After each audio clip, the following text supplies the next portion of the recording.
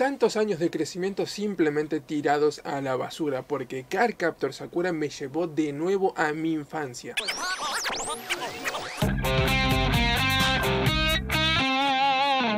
Bienvenidos nuevamente a Nerdro, el canal de YouTube donde hablamos en serio sobre cosas que no existen. Mi nombre es Pablo y esta es una review del primer capítulo del relanzamiento de Cardcaptor Sakura. Así es, las Clamp regresaron a esta franquicia tan amada por todos nosotros. No voy a negarles que cuando me enteré de la noticia de que las Clamp iban a continuar con Cardcaptor Sakura, me preocupé un poco, porque honestamente no hemos tenido grandes experiencias a la hora de revisitar franquicias que ya habían terminado en Dragon Ball Super. Pero debo decirles con total tranquilidad que luego de haber leído el primer capítulo de este manga, mis miedos desaparecieron, todas mis preocupaciones simplemente se esfumaron. La historia en sí arranca con Sakura comenzando la secundaria y no mucho más que eso, pero ya desde las primeras páginas me di cuenta de que las Clamp supieron recapturar el tono a la perfección. Leyéndolo parecía que no había pasado ni un día desde el último capítulo. Los personajes, el estilo de narración, el humor, todo se sentía correcto. Desde el comienzo me sentí de nuevo en el mundo de Sakura, y siendo honestos, eso es algo de lo más difícil de lograr a la hora de un relanzamiento. No es sencillo retomar el tono de una serie luego de tantos años. La química entre los personajes funcionó a la perfección, simplemente se sentía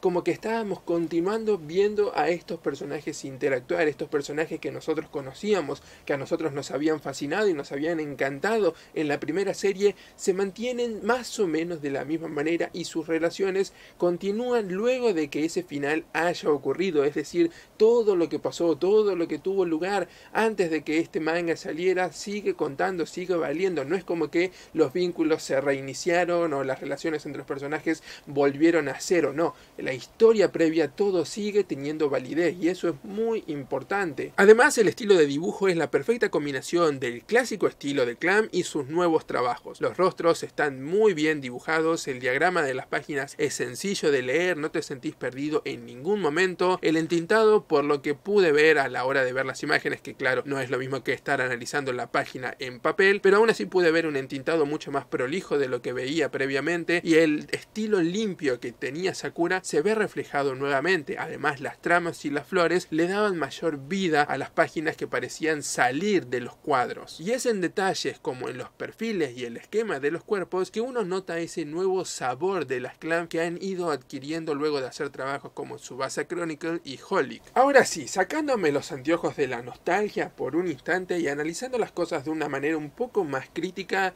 debo admitir que en cuanto a la historia, este primer capítulo no tiene mucho para ofrecernos. No es como que la trama comenzó a avanzar, no es que los engranes de esta nueva historia empezaron a girar, sino que básicamente lo que vimos en cada una de las páginas de este primer capítulo es información y una gran catarata de detalles sobre lo que están pasando con los personajes que nosotros conocíamos. Básicamente fue una manera de ponernos al día con todo lo ocurrido desde el final de Cardcaptor Sakura en su primer momento. Porque es cierto, entiendo que pasó mucho tiempo desde aquel final y entonces resulta un poco necesario ver qué es lo que le pasó a cada uno de estos personajes, pero no estoy seguro de que haya sido necesario poner toda esa información en el primer capítulo, sino que quizás hubiese sido mejor ir dándonos de manera gradual los detalles de qué están pasando con los otros personajes, porque no todos nos íbamos a estar preguntando qué ocurrió con Rika, y está bien, no se le dio una gran cantidad de detalle a la explicación de dónde están cada uno de los otros personajes, sobre todo los personajes secundarios, pero aún así se perdió mucho tiempo en este primer capítulo explicándonos qué es lo que había pasado en esa brecha, haciendo que este se sienta más como un episodio cero que como un primer capítulo propiamente dicho. Pero bueno, ahora que ya nos sacamos de encima todos esos detalles y esa información, podemos dejar de ver el pasado y concentrarnos en el futuro de esta historia. La historia en sí solo avanza en las últimas páginas, cuando vemos a una extraña figura aparecer en el sueño de Sakura y a las cartas Cloud transformadas solo en rectángulos transparentes, para concluir con un gancho en el que Sakura se despierta y mira las cartas con sorpresa. De seguro este es un truco falso, y al principio del capítulo que viene vamos a descubrir que las cartas Cloud están bien y que no hay ningún problema, al menos por ahora. Además, las líneas de la primera página que dicen cuando las cartas cartas Claw se encuentren alineadas, ese no va a ser el final, sino que va a ser el principio del fin. Evidentemente marcan consecuencias casi catastróficas y problemas muy grandes que se vienen en camino, y espero y estoy muy ansioso por ver hacia dónde va eso. Sí debo admitir que hay una cosa que me preocupa mucho y es la relación Sakura-Shaoran. Debo decir que este aspecto me pareció lo más débil del capítulo y lo que me preocupa a futuro. No solo pienso que la aparición de Shaoran fue algo apresurada y hubiese sido mucho más efectiva si la guardábamos para el final, sino que durante todas las conversaciones entre ellos, los diálogos eran tan clichés y tan empalagosamente románticos que luego de un par de líneas ya estaba harto. Y no es porque yo no sepa apreciar un buen romance, de hecho me gustan las historias románticas,